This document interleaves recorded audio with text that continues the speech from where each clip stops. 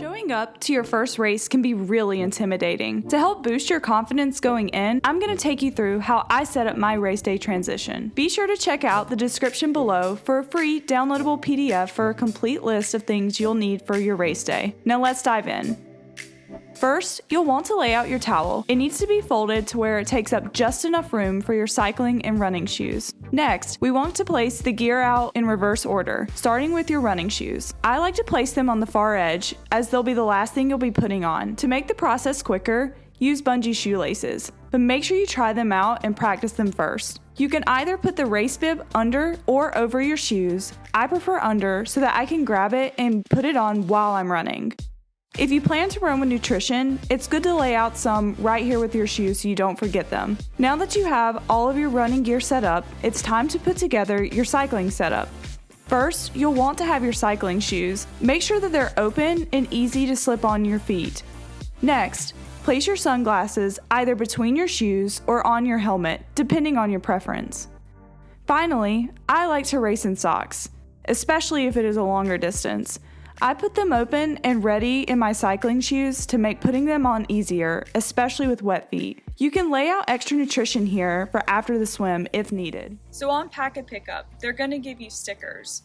Most of the time they give you directions of where to put them, but just a few of the most common spots are going to be here, the front of your helmet, the base of your seat, and sometimes here on the front of your bike.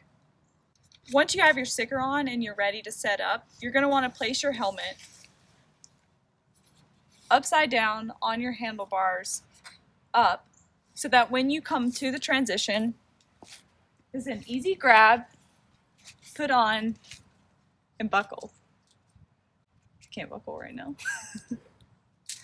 Hopefully it goes smoother in race day. On race morning, don't forget your cap and your goggles. These will be what you start the race with, so make sure they are not sitting here with everything else. Next, don't forget your race day nutrition. If you're doing just a sprint, you could have water, maybe a Gatorade. If you're doing an Olympic, you definitely need Gatorade and at least a water. And then if you're doing a half iron or anything more than that, you're definitely going to want more complex nutrition.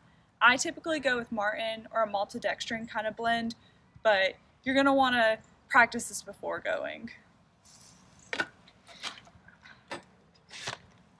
So next, let's talk about a few of the things that are worth upgrading for your first triathlon versus something you might want to look at later down the road.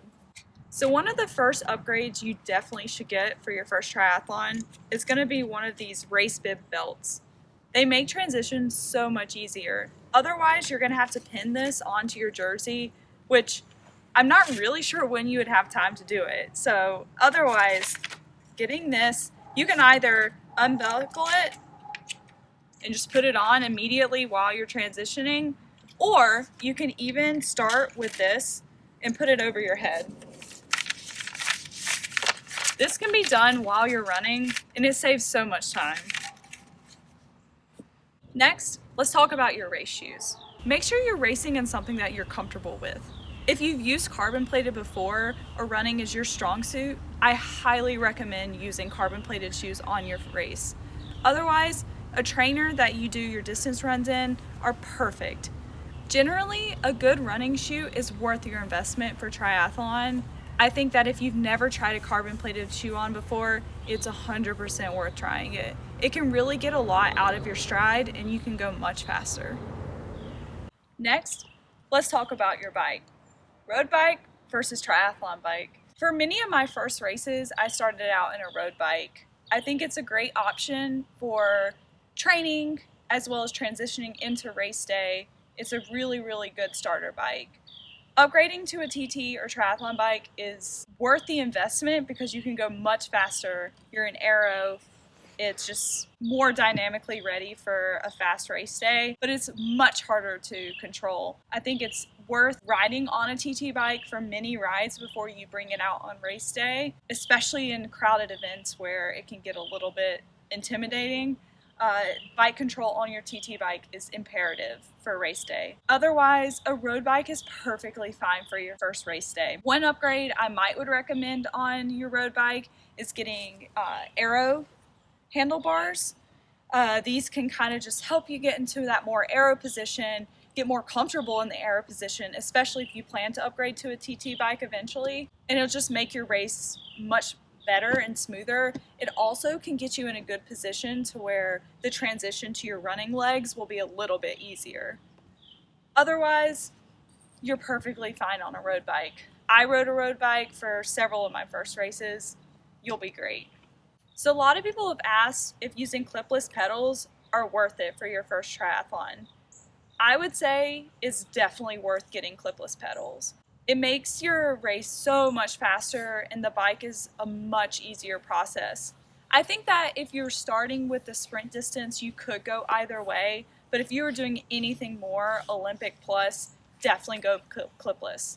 One very important tidbit is definitely working on this with your bike.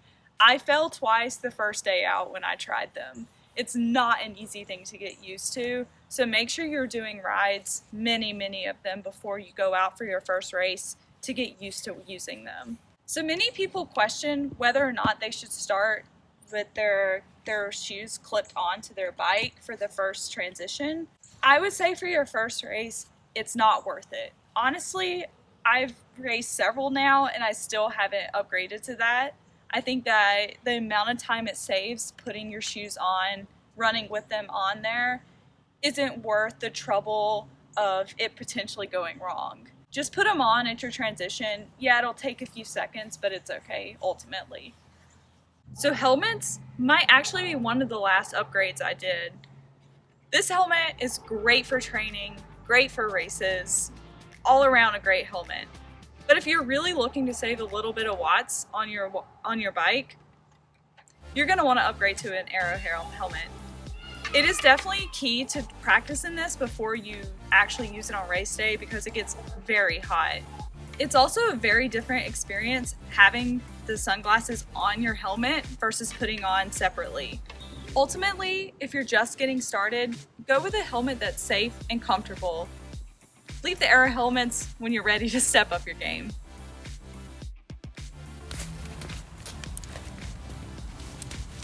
Okay, that's good.